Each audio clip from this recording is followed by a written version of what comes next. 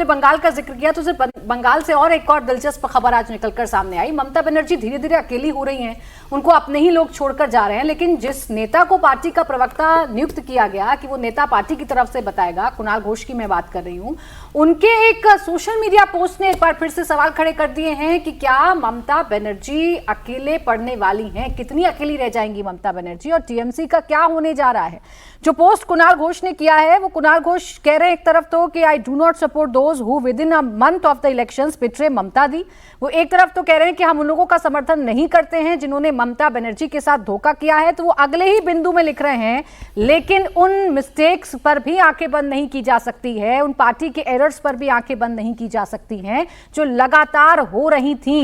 Last में लिख रहे हैं वो I am with Mamata di but not with the same mistakes repeated over and over not with betrayal. वो ये कह रहे हैं कि मैं ममता दीदी के साथ हूं लेकिन वो जो मिस्टेक्स हैं, जो गलतियां हैं जो बार बार रिपीट हो रही हैं, मैं उनके साथ नहीं हूं। अब कुणाल घोष का ये जो पोस्ट है ये किस तरफ इशारा कर रहा है, या सीधा पूछूं हर्षवर्धन जी, ममता बनर्जी अब कितना अकेली पड़ने जा रही? नहीं, ये संकट तो और गंभीर होता जा रहा है हर बीतते दिन के साथ। जैसे बंगाल का नया, कुणाल जी को तो ऐसा नहीं करना हाँ मतलब उनको नहीं करना चाहिए था, लेकिन अब अगर हम ये कहें कि उनको नहीं करना चाहिए तो किसको करना चाहिए क्योंकि सारे तो ममता जी के लोग हैं, उनके प्रिय लोग हैं, उनके बड़े। इस्तीफा भी दे दिया। हाँ, फिराद हकीम ने मेयर से त्यागपत्र दे दिया। देखिए कुल मिलाकर क्या है, राजनीति में नेता के पीछे जनता खड़ी होती है जब उसको लगता है कि नेता जनता का विश्वास जीतता है। जिस दिन नेता जनता का विश्वास एक तरह से कहें कि उसके प्रति खत्म होने लगता है तो जो पीछे वाले लोग हैं उनको लगता है कि अच्छा हमारा तो सत्ता से दूरी लगातार बढ़ती जाएगी। विपक्ष में भी तभी नेता के साथ जनता या नेता खड़े होते हैं दूसरे छोटे वाले, जब उनको लगता है कि ये आने वाले समय में सत्ता में जाए, क्योंकि अल्टीमेट क्या है, अल्टीमेट गोल तो सबका सत्ता है। अब हर किसी को लग रहा है कि ममता बनर्जी की राजनीतिक पारी का समापन हो चुका है। ठीक है, मतलब वो चलती रहेंगी, कुछ कुछ होता रहेगा, कुछ दो चार लोग हो सकता है जीतते रहे, पार्टी भी बनी रहे, लेकिन ममता बनर्जी और उनकी पार्टी तृणमूल कांग्रेस का ये राजनीतिक अवसान हो गया। अब इसके बाद नए सिरे से पार्टी बनाना ये ममता बनर्जी के पास न तो समय है और न ही, चूंकि 15 साल वो सत्ता में रही, भारतीय जनता पार्टी अभी आई है, और जो बंगाल के लोगों का मिजाज है बड़ा लंबा समय देते हैं, जिसको कहते हैं ना कि लॉन्ग रोप, वो दूसरे के लिए वो छोड़ देते हैं अभी उसको, तो वो देते हैं तो उससे दूसरा वाला निपट जाता है, खत्म हो जाता है। तो लॉन्ग रोप जिसको देते हैं ना, कम्युनिस्ट गायब हो गए, पहले कांग्रेस गायब हुई, फिर कम्युनिस्ट गायब हुई, तृणमूल भी अब उसी हाल में जा रही। तो मुझे लगता है बहुत कोई चौंकाने वाला नहीं। हाँ, इतना जरूर है कि ममता बनर्जी क्या अपनी उन गलतियों को अभी भी सबक ले पाई हैं, क्या वो समझ पाई हैं कि असली क्या गड़बड़ हुई कि मां माटी मानुष कहने के बाद भी उनसे पूरी तरह से मां माटी मानुष दूर हो गया। लेकिन अब कुणाल घोष, हैरानी वाली बात यह है कि कुणाल घोष पर यह जिम्मेदारी ममता बनर्जी ने सौंपी कि आप पार्टी की तरफ से बातें रखें, और कुणाल घोष ममता बनर्जी के साथ साथ दिख भी रहे थे, लेकिन वही कुणाल घोष अब एक तरफ ममता बनर्जी के साथ होने की बात भी कर रहे हैं तो दूसरी तरफ वो पार्टी की गलतियों पर मुखरता से बात कर रहे हैं। तो क्या अब एक और विकेट गिरने वाला है? क्या एक और अपना साथी ममता बनर्जी का साथ छोड़ने वाला है? जिसकी शुरुआत किसने की थी? ऋतव्रत बनर्जी ने की थी। उन्होंने ही सबसे बड़ा झटका ममता बनर्जी को दिया था। ममता ने उन्हें पार्टी से निष्कासित कर दिया, लेकिन टीएमसी के 58 विधायक उनके साथ हैं। स्पीकर ने ऋतव्रत को लीडर ऑफ अपोजिशन की मान्यता भी दे दी है। इस बीच ऋतव्रत बनर्जी का दावा है कि अभी और विधायक उनके साथ जुड़ने को तैयार है। मैं एक ही बात कहूंगा, जहां तक हमारे आंकड़ा का सवाल है, वो आंकड़ा बढ़ता जाएगा।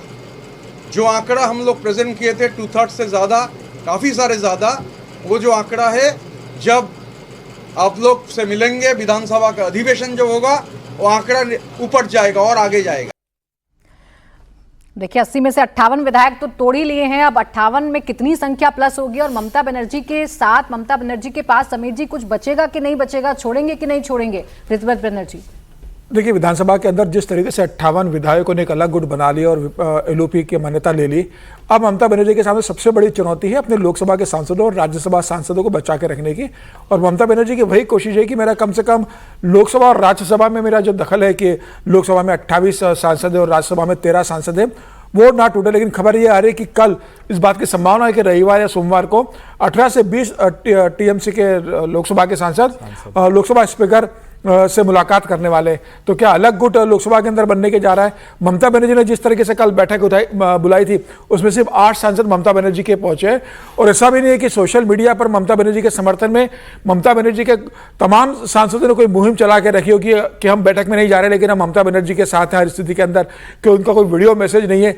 जिस तरीके से उन लोगों ने पूरी तरीके से चुप्पी साध ली है, ये बता रहा है कि पार्टी के अंदर लोकसभा का भी एक बड़ा वर्ग अभिषेक बनर्जी जो लोकसभा में पार्टी के नेता उनके खिलाफ एकजुट है, और इस बात की तैयारी कि अभिषेक बनर्जी को जो पार्टी का नेता है उस पद से हटाने के लिए वो कल मांग कर सकते हैं। ये तो ममता बनर्जी को देखना चाहिए ना, जब विधायक आपके इतने हो गए, आप विधायक की भावनाओं को ध्यान में रखते हुए आपको कहना चाहिए था कि जब अभिषेक से इतनी नाराजगी है तो अभिषेक को मैं लोकसभा में पार्टी के नेता के पद से हटा देती हूँ और सांसद लोग तय करें किसे बनाना है, मैं उसे पार्टी का नेता बना देती हूँ। ममता बनर्जी इतना हारने के बाद भी विधायकों से कहती है कि अभिषेक के सम्मान में आप स्टैंडिंग ओवेशन दीजिए। अभिषेक बनर्जी जो कहते हैं ममता बनर्जी वह करती है।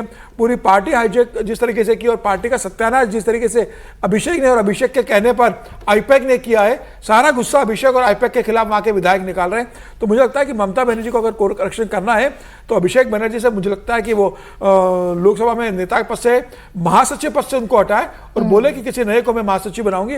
अगर ममता बनर्जी दिशा में बढ़ती है तो माना जा सकता है कि ममता बनर्जी पार्टी बचाने को लेकर गंभीर है, लेकिन फिलहाल लगता है कि ममता बनर्जी अपनी जिद पर अड़ी हुई, और ममता बनर्जी को लगता है कि भले ही विधायक चला जाए, जनता मेरे साथ है, चुनाव होंगे तो मेरे नाम पर वोट मिलेगा। तो समीर जी, ममता ऐसा लग रहा है बनर्जी कि का वहम भी अगले चुनाव में टूट जाएगा। उनके हाथ से सब कुछ निकल रहा है, ममता बनर्जी देख रही हैं, सब कुछ समझ रही हैं, नाराजगी भी समझ में आ रही है, लेकिन कुछ कर नहीं पा रही हैं क्योंकि सामने अभिषेक बनर्जी हैं। अभिषेक बनर्जी के खिलाफ ये गुस्सा है, अब उनको हटाएं तो कैसे हटाएं, ये भी एक बड़ी समस्या ममता बनर्जी के सामने। मेरा एक छोटा सा ब्रेक ले रहे हैं। बोलूं मैं, मेरे को ऐसे याद है, मतलब इस रेफरेंस में है, डायरेक्ट नहीं है, कि महाभारत में भीष्म पितामह युधिष्ठिर को कहते हैं कि राजा को जो सबसे भरोसेमंद आदमी है ना, अपना जो सबसे भरोसेमंद आदमी है उस पर भी पूरा भरोसा नहीं करना चाहिए।